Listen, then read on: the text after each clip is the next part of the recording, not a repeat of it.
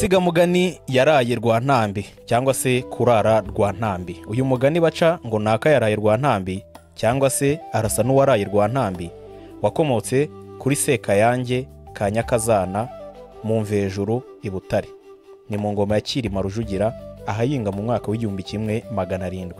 Bawuca iyo babonye umuntu amerewe nabi, yaba yishwe n'inzara cyangwa se n'inyota, bakavuga bati runaka arasa n'uwaraye Rwantambi, asa n'uwaraye adasinziriye. Iryo zina Rwantambi ni iry'umugezi wo mu Burundi wabaga hafi y'urugerero rw'Abarundi rwari ruteganye n'urugerero rw'Abanyarwanda rw'Igaharanyonga, ariyo Nyaruteja ya Butare.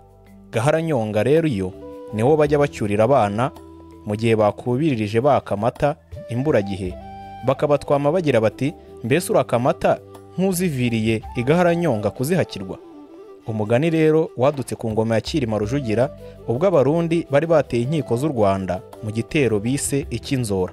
Bari basezeranye gutera u Rwanda barebye inzora y'ukwezi, bati umurundi wese uzabona ukwezi kuzoye azatere mu Rwanda. Ubwo hari ku ngoma ya Cyilima Rujugira. Nuko Abarundi bahuza umugambi, ukwezi kuzoye batera inkiko zose z'u Rwanda barazataka. Batera iy'Indirira mu Buyenzi, batera iya Mututu mu Mayaga, batera iya Nyaruhengeri n'iy'Abashumba. Ubwo Abarundi baza kuneshwa impande zose z'inkiko bari bateye.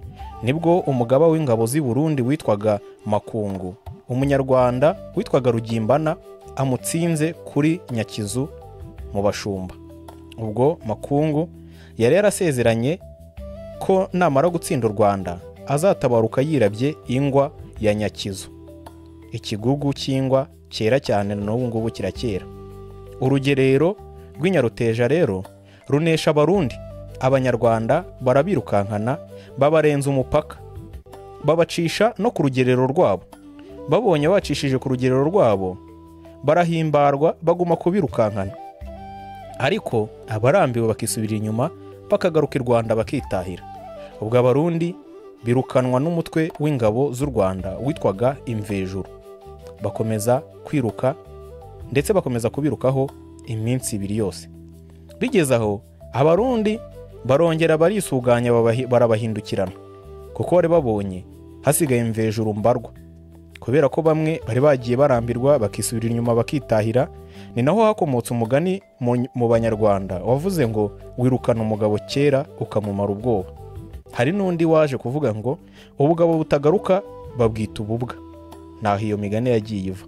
Abarundi rero barongeye bambikana n'Imvejuru barazitatanya, bamwe barabica, abasigaye bihisha mu bihuru. Abandi barambuka bagaruka mu Rwanda. Bageze mu Rwanda abasigaye bakajya bababaza ati naka ari hehe, abandi batubanza yarapfuye. Ubwo hari umukecuru rero wo mu Mvejuru witwaga Nyakazana, yari afite umuhungu w'intwari witwaga Sekayange. Araza abaza abatabarutse ati Ngogo ari hehe. Ingogo cyari ikivugo cya Sekayange wo umuhungu we. Batubanza yarapfuye. Ati yagiye afite iki se? Bati rero yagiye afite umuheto, yirukagana mu ishyamba twaramubonye. Nyakazana rero wari nyina ati buranzamuheba ari uko ishyamba ryahiye. Ubwo yavugaga ko ubwo yacikanye umuheto agana mu ishyamba, ati nta murundi n'umwe wamuhangara afite umuheto we ari no mu ishyamba. Yari amuzi neza. Nicyo yavugiye ati nzamuheba rihiye.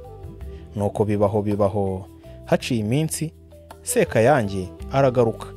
Nyakazana amukubise amaso aramusanganira, ariko asanga inzara ni ndende, inyota ni yose, mbese yarananutse yashizemo. Nta kiryama, ibitotsi byari bimwuzuye mu maso. Nuko asagwa n'ibyishimo byo kongera kubona umuhungu we, arongera ahamagara ati nimuze murebe uko ingoga asigaye angana.